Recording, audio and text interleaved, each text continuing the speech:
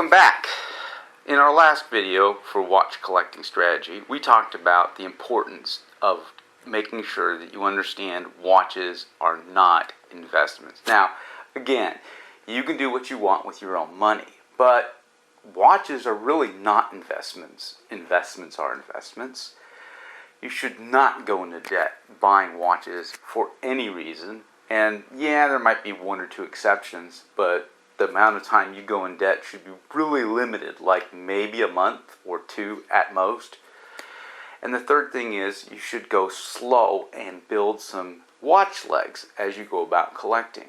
But there's another important topic that I didn't really get a chance to mention, and that is this: collect what you love.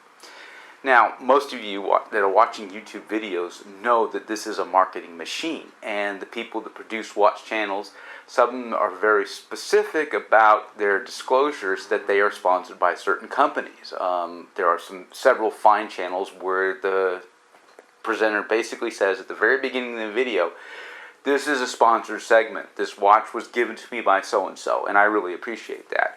Others of them do the absolute minimum they need to do, and the whole point of the video is a commercial. And I have to admit, my watch collecting tastes have probably been influenced more by YouTube channels than any other aspects. If we go through my collection, you'll see that there's a lot of watches that are recommended by other players in this market. And so the important thing is to not try to buy a watch to impress anyone, but to collect what you love. And I'll give you a couple of examples. I love automatic mechanical watches, and so this Tissot is one of the least expensive automatic mechanical watches you can get. That's certainly the least expensive that Swiss made. I'm not really plugging this, so if you don't like it, don't buy the watch. And you might be able to get a mechanical watch out of China or Russia for less, but not much less. And some people may say, oh, you know, this thing is a pedestrian watch, it's not accurate enough, it doesn't have a date function, whatever, blah, blah, blah, doesn't matter. I love this watch. I love the cream colored dial. I like the brown leather strap with holes that don't quite go through the skin, so it's not really a racing strap, and so on and so forth. On the photography side, one of my favorite cameras is this, a PowerShot G9. This thing is like 12 years old. It has a CCD sensor, but the lens is fantastic, and I use this when I go on vacation because it's one thing that I put in my pocket and I don't have to worry about fumbling around when I want to take a picture. And I can buy a more up-to-date version of this model, but the lens is not going to have the reach that this one has. This is why I keep this 12-year-old clunker around. Let me give you another example, this time in watches.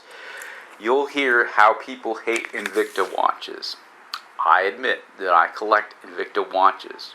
I've got 14 of them. I've spent over $1,600 on Invicta watches, and two of them are over $100. All the rest of them are under $100. Some of them have been under $30. What's the point? The point is I actually love the Pro Diver, and one Pro Diver in particular, which I'll share in the future, is my favorite, one of my favorite for watches. So go ahead, give yourself the freedom to collect what you love. You know, you can listen to other people and get some ideas, but don't let those ideas overly influence what you buy, what you collect, how you go about your photography or your watch endeavors. Use those ideas to inform you, but make sure you have consensus from yourself before going and buying that next expensive or inexpensive, whatever it happens to be.